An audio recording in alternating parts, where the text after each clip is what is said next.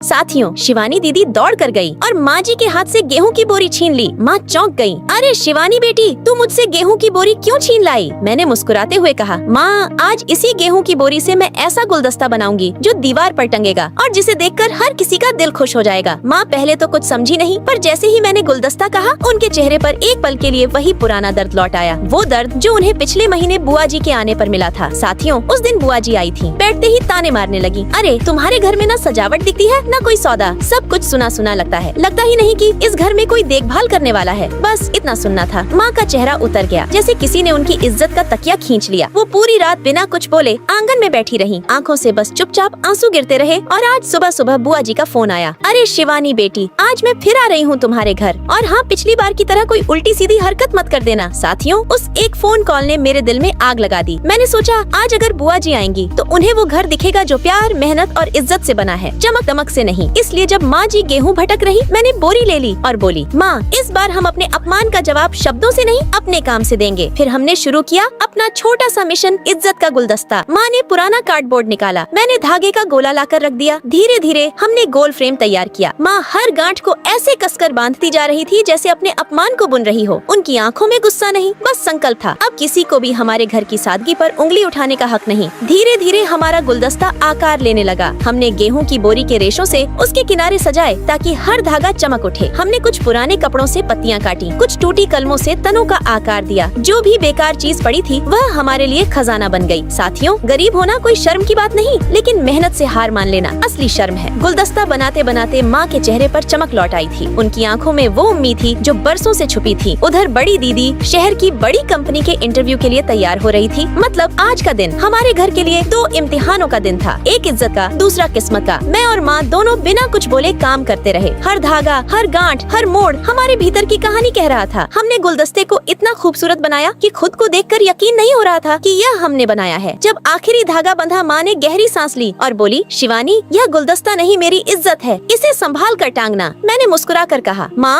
आज बुआ जी हमारे घर आएंगी तो दीवार नहीं, हमारी मेहनत देखेंगे। अब गुलदस्ता बनकर तैयार होने वाला है, लेकिन उसे देखने से पहले रुक जा बेटे, मैं तुझे यह श्राप देता हूँ। आज रात 12 बजे तेरी माँ मर जाएगी। अगर तू अपनी माँ को बचाना चाहता है तो इस वीडियो को लाइक करके चैनल को सब्सक्राइब कर ले और कमेंट बॉक्स में आई लव माँ लिख दे। लास्ट में प्यारा सा गुलदस्ता बनकर तैयार।